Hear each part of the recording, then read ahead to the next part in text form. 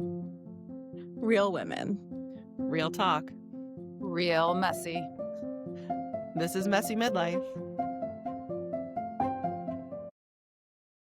Hi, everybody, and welcome back to Messy Midlife. Hi, ladies. Hello. Hello, everyone. So our last conversation was all about hormones and going over some of the basics for what hormones do in our bodies, the ways that hormones fluctuate when we're having our period, and the ways things get a little bit chaotic during perimenopause. And one of the things that comes up so frequently and that we've been asked to talk about is testing. And testing is one of those things that is so important that we know when and how to test and where it's important and where it really doesn't actually matter when we're looking at getting supports for any of the things that come up during perimenopause. So, Aliza, you do this all day, every day, and I'm just going to look at you to lead the show today, if you are okay with it, to talk all about so let's start with pre-perimenopause. So like normal, fertile, menstruating regularly. When should people be getting tested to have accurate reflections of where their hormones should be to know if they actually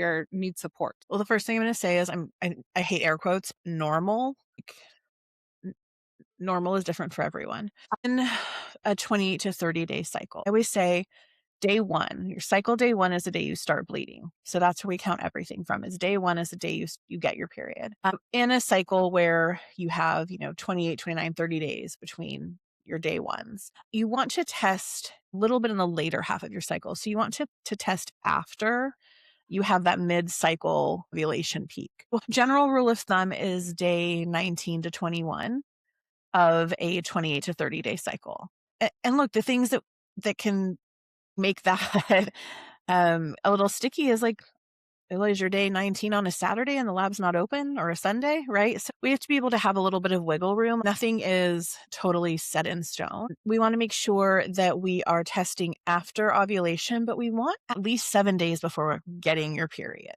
And this is for all hormones that should be tested at this, or primarily if the focus is on progesterone? No, this is for all of your hormones, because you're basically wanting to see that estrogen progesterone ratio later in the cycle when estrogen is not the more dominant hormone. Right? If we are looking at something like PCOS, like a polycystic ovarian syndrome, right? If we wanted to look at something like that for a specific health concern, we would actually do that earlier in the cycle. We would do that like day 3 of your cycle, because that's where we would want to see your FSH and LH ratio. That's follicle stimulating hormone and luteinizing hormone. So it can vary depending on what we are wanting to look at. But if we're wanting to get kind of a general idea of estrogen versus progesterone, do we have a more dominant estrogen versus not? That's where we would do like a day 19 to 21. But we are doctors. We are not your doctors, for anyone listening. So that needs to be discussed with your doctor. And I think it's really important to find a very hormone literate doctor to work with, right? Because anybody can put in a lab requisition or a lab order, but not everybody can interpret that, right? I say this all the time. I can test for mold. I can tell you what test to take. It might not be the right test. Like, it might not be the best test. But then what am I going to do with those results? So just because we can test for something doesn't mean we should. And again, the difference between optimal and not diseased, very, very different. Yeah. So to your point, very important that someone be able to differentiate between those two. And it might be that you are getting a test done by your primary care doctor with the intention that if anything shows up that's atypical, or that they just don't understand that what the plan is to get a referral. So just understand that perhaps this is just a preemptive step to know where to send you, or if you need to be sent to something else too. So that could be the case for some people in a more managed care system. And even if those tests come back within normal limits and you don't feel well, follow that, because you may be able to connect with someone who can run a different test or interpret them in a different way. Or look at other things that need to be looked at beside this. I think we were talking about this before. Just because we think everything is hormones doesn't mean that it is. Right. Yep. Right. When you're women of a certain age, everything gets blamed on your hormones when it could actually be something completely different. I mean, I think when you're just a woman in general, everything gets blamed on your hormones. When periods stop, look, I think there are there's some trains of thought that say, what's the point of testing? You don't need to do it. You don't have a period. Hormones are going to be undetectable. I still like to test just to see because our bodies surprise us. We never know. It's not like it's this extraordinary cost to run hormone levels, right? Insurance covers it usually, and it's also very inexpensive. So yeah, it's something that definitely should, I think, just look at just so you have a baseline. It doesn't mean you always have to keep testing hormones, but it's nice to know where you're at starting out because sometimes you see surprising values, right? So I had a patient who had wasn't on testosterone, had taken in the past and stopped it. It's like, oh, I feel like I'm so low testosterone again. Well, I write her a prescription for testosterone. We do a baseline test before she starts her prescription. It's crazy high. You would have never thought it would be that high with her not taking it, right? Then she has a prescription she's not using. But anyway, my point is just expect the unexpected and have the data and go from there. So you mentioned when we should test when we're menstruating to get ideal values that are useful. And then you talked about when our period is stopped. But what about that messy in between where your period is unreliable, inconsistent, all over the place? And as we described last episode, that the hormones are like 17 roller coasters, all trying to run at the same time and intersecting with each other. And it's just absolute chaos.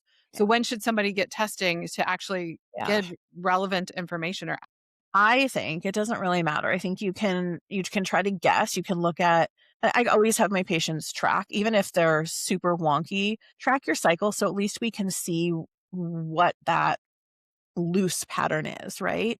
And if there comes a point where we need to test, we just test and we see what things look like and we go from there. Like this isn't something where it's this crisis if the number is not this certain way. We're just trying to get an idea of what's happening. And part of that is just gathering information. So rather than looking at testing as like a definitive answer, I look at it as we are gathering information. Some of that information can be helpful, some cannot. Some can rule things in, some can rule things out, but we're just gathering data. I'm curious if you think that it would be useful at all or just not even useful to start having female sex hormones or just sex hormones in general as part of standard testing once women get to like their mid-30s. Is that useful or not useful? I mean, I think it is, but I run those on my patients. So do I. It's standard for me. Yes, useful. but I think, look, I think in order for it to be standard testing, it has to be with a doctor who understands that there are fluctuations and that something being a little bit strange on a lab one time does not mean it's a huge problem, right? So I tell my patients all the time, in general, like I don't freak out about one number being off one time. If I see a pattern of something that isn't looking right, then yes, we want to do further investigation. But one thing one time is not the end of the world or cause for a meltdown, right? So it's like we have to take it all with a grain of salt. And I think that also goes for when we're taking hormones and we're testing, right? We're oftentimes checking to make sure that things are not reading too high. We're not checking with this bioidentical hormone replacement, your hormones are at perfect levels. No, because if you take a progesterone pill at night, even a slow release progesterone pill, right? And you test the next morning, it's out of your body. A regular progesterone is out within 4 hours. A slow release is out within 10 hours. So unless you're going to have you take that progesterone in the morning, which will then make you sleepy, right? There's no way that we're going to do that. And when I have people check their hormones, no, you're not applying your testosterone or your estrogen cream right before you go in for your blood draw. We'll have an abnormally like falsely high number. So it's not that our levels have to be at a certain place. It's that we can see, okay, this isn't making too much, right? We're not giving you too much. That's what I use it for. And quality of life reporting in conjunction with that is the sweet spot. Exactly. Do we also need to be testing for things like any of the other proteins and enzymes that we haven't talked about yet in our conversations that influence the hormones converting to each other? Is that something that is regularly tested or should be regularly tested? What do you mean like hormone? What do you mean enzymes? What are like sex hormone binding globulin or any of the things, the like DHT? Yeah. Sorry. So for me, that's part of, sorry, I just didn't process it because for me, that's part of the panel, right? Okay. When we look at what our hormones convert to, when we think about it very generally, right? We have our cholesterol and our cholesterol, we make pregnenolone. And pregnenolone turns into progesterone, and pregnenolone turns into DHEA. And then DHEA turns into testosterone, testosterone turns into estrogen, Or right? D. Or testosterone can convert to DHT, dihydrotestosterone. So there's this whole hormone pathway. So for me, I'm always checking the entire pathway. I'm never just checking one or two numbers. So yes, I think that is really important. And then sex hormone binding globulin, which does what it sounds like. It helps those hormones move through their detox pathways. So yeah, I think it's important to look at all of those. And again, I don't think it's so individual. I don't think it needs to be all of those things every time, right? But I do test those frequently, like, a few times a year in my patients. And the only reason I bring this up is as somebody who has gotten hormone testing through my primary care doctor, those are not things that are tested. So for you guys, they're automatic, but for many of our listeners, they're not being done automatically. And so they should be aware that these things exist that might be useful additional pieces of information. If somebody has their testosterone isn't where they expect it to be, is it possibly that they have too much estrogen or that it's converting into a different form that we're not really looking for, that kind of thing, right? Or that they have pathways are important. Or that they have a lot of a hormone, but it's all in storage with sex hormone binding globulin, which some people tend to have a lot of, and it's easy to remedy if you know that that's where that hormone is. Yeah. So one of the other questions that I think should at least be discussed, we said, should this be part of the standard? For you guys, it is, and maybe someday it will be for all doctors whether they're a naturopathic doctor with specialist training, or if they're just a primary care doctor, that we recognize women need to be checked for these things to see where they're at. And we also need to understand the timing and the value of the information that we're being given. We already look for things on an annual screening panel that check for cholesterol, that check for liver function, that check for blood sugar. And these are all things that are impacted by the changes in our hormones, as we shared last episode. So estrogen in particular is the primary driver of all of those things that I just mentioned. And so I'm curious if you think that those things should be monitored more frequently or differently once we get into perimenopause, and if they need to be addressed differently. I think it depends if we find that they are being impacted, right? So not everybody in perimenopause has cholesterol that goes up. Mine didn't. Mine went lower. Not what you would think, right? But I do think that checking blood sugar, lipids, your cholesterol, thyroid, iron and ferritin, like there are the standards for us that I think need to be checked. And again, if you have a totally normal, in the naturopathic world, normal is different, right? If you have optimal or you have a thyroid function test that looks really good, do you need to check that 3 months later? Not necessarily. Maybe you check it 6 or 8 months later. But I do think there are things that need to be checked. I check most of my patients at minimum like twice a year, just because you don't want things to become a problem and then check it and say, oh gosh, when did that become a problem, right? We want to see it as it's happening.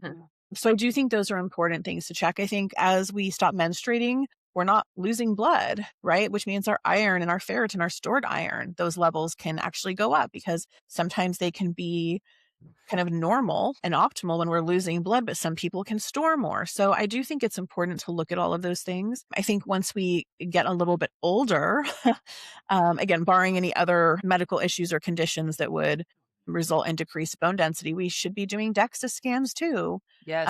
And doing a baseline for that, like, in our early 60s, if there's no other medical conditions, if there aren't medications that have been taken that cause it, if there isn't a strong family history. But for the general population, get a baseline, see what things are looking like, right? Yes. Like early intervention does make a big difference. And I think it also, knowing what's happening in our bodies is very empowering. And it lets us sit in the driver's seat with our doctors and make those decisions that are going to be really impactful for long-term care and long-term health. So I am a believer in checking. I would probably more often than not in a conventional world. 2-3 times a year. The DEXA scan piece is so important. I am consistently the provider that is advocating for this in women who are postmenopausal. How is that happening? We know that postmenopausal women have to have bone density preventative measures and screenings, and it's not happening. So I really appreciate that you mentioned that, because this is a wonderful opportunity for us to spread the word that And earlier is better, because if you get a baseline of your bone density before you stop menstruating, before your hormones have completely left the building, then you have a sense of what changes are happening versus, oh, actually, my bone density was in a questionable state even before my hormones decreased. And conversely, don't tell patients to take calcium without doing a bone density. I think that's the other thing, is that people are given advice from a lot of conventional doctors, oh, start taking calcium. Well, no, that's a really bad idea if your bones don't need calcium, right? Because calcium is not something that just flushes out of our body if we have excess. It deposits in places that we don't want it, like the walls of our arteries, like our breast tissue, right? So calcium isn't like, oh, if you don't need it, it just gets flushed out. It goes places where we don't want it. So I think that's also really important. It's like, we can't just expect that this is an issue and that you need to take this. We can't just expect that it's not an issue and you don't need this. Like, we live in an advanced society where we have that medical technology easily available. So why are we not using it, right? Yes. The DEXA scan is not an expensive test. No. Cash pay, it's maybe $150 to $200. And in some insurance coverage will incorporate that under their preventative umbrella. Yeah. So it might not even cost you anything. I have seen that be the case as well. Yeah. And I think looking at other things, Jen, like you mentioned, like a coronary artery calcium score, right?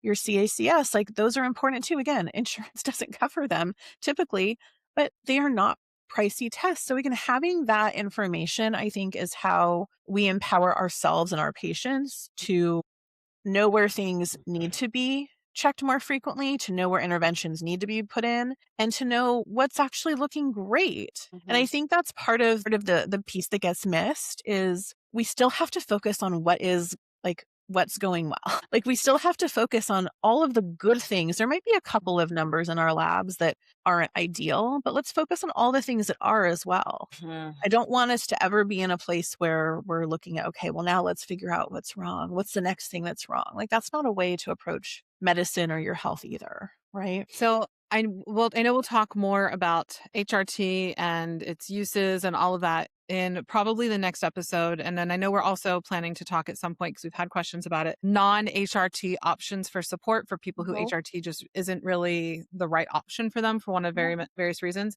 I want to just see if this is a quick answer or if we need an entire episode on this topic too, which is, if you're starting to see some of these other labs, if you're starting to see insulin sensitivity decreasing. So we're seeing like an increase in insulin numbers, or we're seeing fasting insulin, or we're seeing an ever increasing blood sugar, fasting blood sugar. If we're seeing changes in cholesterol, and if we're seeing changes in liver function, is that something that addressing the hormone can address multiple things? Or is that really, this is just going to happen, we need to start looking at other interventions for all of these multiple things that are happening just because your body's going through a normal transition? Depends on the person. It always depends on the person. I know that, but in general. So I don't think there's a general, but I think, yes, there can be instances where working with bioidentical hormone replacement therapy can help bring down cholesterol. Absolutely. There are situations where, yes, that plus maybe another supplement that helps with that as well. But no, it's not like, oh, you're in menopause, you need to start a statin. Absolutely not. There's so many things that we can look at that can influence that whole pathway. So no, it's not like cows out of the barn, there's nothing you can do. Not at all. Those things can be reversed. Right.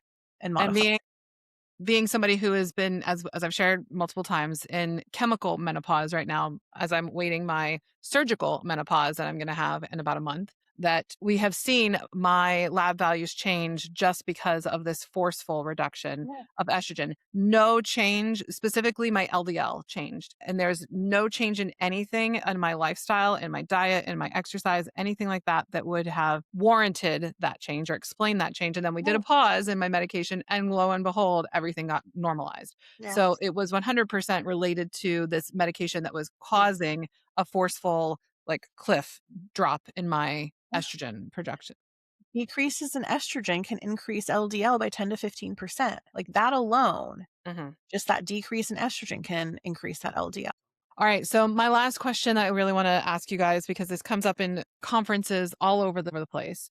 And so people have probably heard about it, whether they've heard about it from their doctors, from wellness influencers, just their own research, whatever. There's different ways that you can do testing. And so there are blood tests, which is the pretty standard conventional approach. Mhm. There's urine tests that are promoted in lots of different places, and some of these that you can order by yourself now. And there's also saliva testing. Can you guys give me your feedback on these different testing approaches and if they're equally valid, not valid, useful in different ways? What do we make of all this? I mean, I think a big part of it is if we are checking things and wanting to check things on a more consistent basis, what's realistic, right? Can you pay hundreds of dollars out of pocket every time you need to check labs? Not necessarily. So I do think that there is a lot of value in looking at blood levels. I think that can be at times supplemented with like some saliva tests, which are more of those kind of free, unbound active forms. But I think we still have pretty good idea and pretty good testing from a blood sample. Again, I'm always trying to think about like how this can be done effectively, but how it's not something that patients are having to like take out a second mortgage to afford, because I think that is a lot of what Mhm. happens in the kind of like health wellness influencer space is it's $1,000 for this. It does not need to be that. That being said, I know there can be a lot of controversy, versus kind of health and wellness and conventional with like the Dutch test, which is a really common urine test that's done. Dutch stands for dried urine test for cortisol and hormones. So I do like the Dutch test. Again, I don't use it all on its own. But what I like about the Dutch test is that it is showing your different hormone metabolism pathways. So it is actually showing, we talked about our three types of estrogen, right? It is showing percentage breakdowns with conversion into those three different types because you have testosterone that can convert to estradiol. You have androstenedione, which is a testosterone precursor that can convert to estrone. And then you have estrone and estradiol that can change. And then you have estradiol that can convert to estriol, right? Like it's this whole complex pathway and it can tell you what those conversions are looking like and what those pathways are looking like. But it also speaks to the detoxification pathways because it's one thing to make hormones, but then what does our body do with them? And so our body has different ways in which we detox estrogen and different pathways. And some can be a very beneficial, easy, nice flow pathway to move that estrogen out. And some can be more carcinogenic and have more risk for DNA damage, right? So we typically think of there's 2-hydroxy, 4-hydroxy, and 16-hydroxy estrogen pathways. That's what I really like about the Dutch test is it shows that pathway, all those pathways and the preference for those different pathways. It also shows pathway preference for moving out testosterone, right? Do we go through this alpha pathway, which is more androgenic, or a 5-beta pathway, which is less? And so I think it gives us valuable information. And again, even if you can order a test yourself, what are you going to do with that information? Mm-hmm. You have to be working with a hormone literate doctor that knows what to do with that information, right? I So, really I really like the Dutch test when there's a obviously for perimenopausal or any kind Mhm. of hormone presentation that is just we're not getting the information that we need from blood. And when somebody has been tracking their symptoms, so let's say we're suspecting mast cell activation or mold or something else, and it's very closely tied to cycle flares. It's a great for exactly the same reasons that Eliza was just describing. The detox pathways help you to understand if you're having issues detoxing those specific hormones, you're probably having a lot of issues detoxing some other things that might be activating histamine responses or, making it difficult to remove other environmental toxins from your body as well. Absolutely. That's such a good point, Karen. So it sounds like you guys would use the Dutch testing more when you're looking for complicated cases, not more of like the straightforward. Or if, wanting to know how is my body working? Yeah. Mhm. Some people are really data driven. Some people love to see the graphs and the numbers and the psychology of healing. That is so important to meet people where they thrive. So if somebody comes in and says, I don't have a lot of money, but I know that if I don't see these things specifically all laid out for me, I'm a lot less likely to take my supplements. Well, okay, then that is a really good use of your resources. And you bring this up because the Dutch test is not currently covered by insurance. Is that correct? It's not. Yeah. Now it's And it, $200. and it's how much? A few $100s. And most people are also not going to see saliva tests covered by insurance. So, Okay. insurance based, especially more conventionally driven doctors, it's going to be blood Yeah. tests and that's it. And you're both sharing that there are just some limitations in what you can find from the blood tests. And a blood test, if insurance doesn't cover it, cash pricing for a full hormone panel is usually just around $100 Mhm. versus, Dutch is, I think about 300 now. Okay. So, And a lot of information can come from just blood. I actually don't use a ton of specialty hormone testing. I use it, I don't know, once a week or so. I mean, it's not yeah, uncommon, it's but definitely not every patient. yeah, it's Yeah. much more common for me to rely on blood Yeah. data that for, I would say, a solid 60% of the people that I work with is sufficient. So it's really the people. I'm just trying to understand when you're going to like order the tests for somebody that would be like this more detailed test. That's going to be either when it's because of the way the person works that they're more likely to have success with it, or if there are extra complications that you're trying to figure out that it would give you an additional clue without reordering and reordering and reordering more things that Yeah. to like do the discovery. Or like, here's an easy example, I think. If I see a patient who definitely is making a lot of estrogen, right? And some people would call that, their term is estrogen dominance. I don't know that we need to put a name to it, but when we're checking their hormones, their blood work, their hormones day, 19 to 21, we're seeing pretty high estrogen comparatively to progesterone, which is where we shouldn't see that. Then I would say, great, Dutch can be really helpful because it's showing us that estrogen breakdown in metabolism. So if we've got all of this excess estrogen and we don't know necessarily like why we're making so much and how we're moving it out, then let's see what your like metabolism pathways look like, because there are different phases of hormone metabolism as well, right? There's 3 phases. And if we're looking at how to treat that, if we have an issue with phase 1 estrogen metabolism, what we would implement there in terms of supplements would be very different than if we were seeing a phase 2 issue, right? Phase 3 is mostly in the gut. So it gives me more information to say, well, how am I going to help this patient manage that level that's not ideal? Mhm.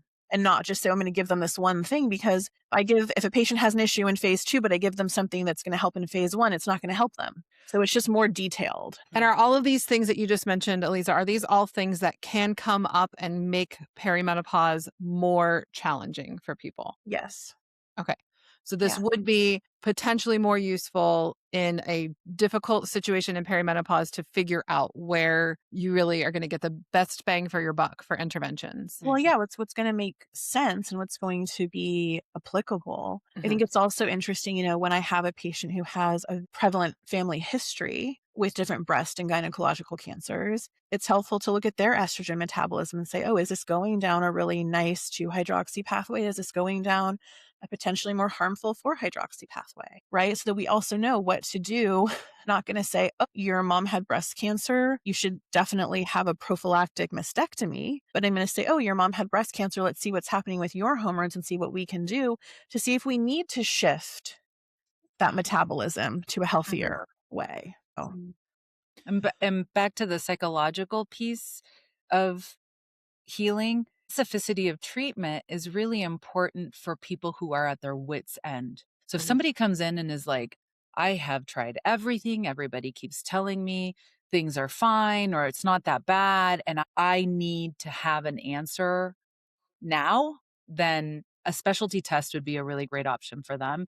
And Mhm. not messing around with, well, we could try this, like what Eliza was just saying. We could try to support phase 1 or phase 2, but that's going to take time for us to figure out what it is that is actually what you need versus doing the test and having an immediate response. Because when people do things that don't work, and this is something that can be an issue in health programs, it's very broad. And I'm not saying that that doesn't have a place. There are people who can get a lot out of that when your picture isn't particularly complex. But if you follow that protocol and you start to feel hopeless, then you start to feel shame. There's nothing's ever going to get better.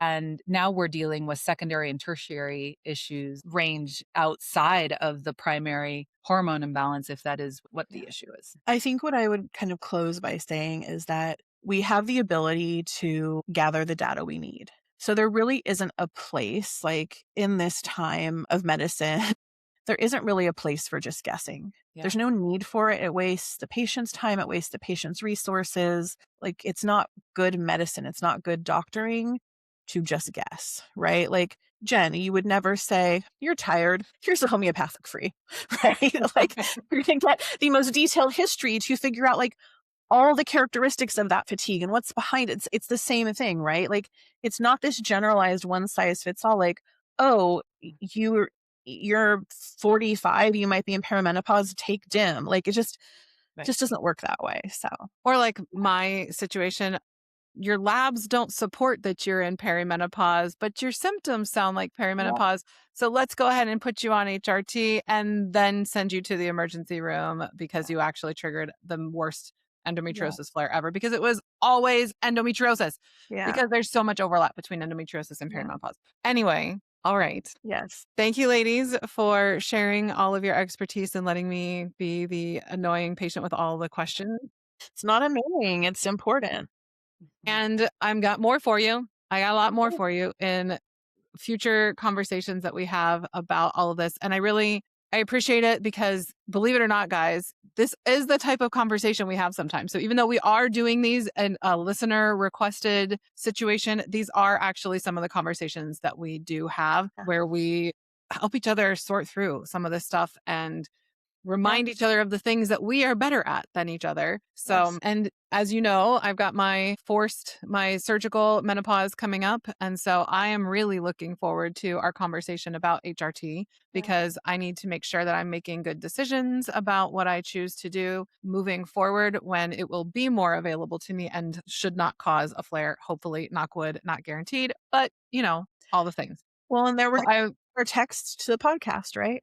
We're going to take all the things we texted about. We're going to bring it to the podcast. Yes, exactly. Exactly. So I will look forward to our next conversation where let's just plan on it so that we can talk about HRT. And then if we have time, the non-HRT options for support. Absolutely. And if we don't have time for it in the next one, then we'll do it in the one after that. We'll do another one. All right. Love you guys. Love you guys. Love you. Bye. Talk to you soon. Bye.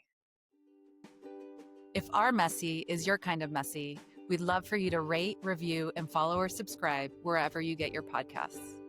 We'd also love to know what's on your mind. If you were to join us, what would we be talking about? Email us at messymidlifepodcast@gmail.com or message us on Instagram or TikTok.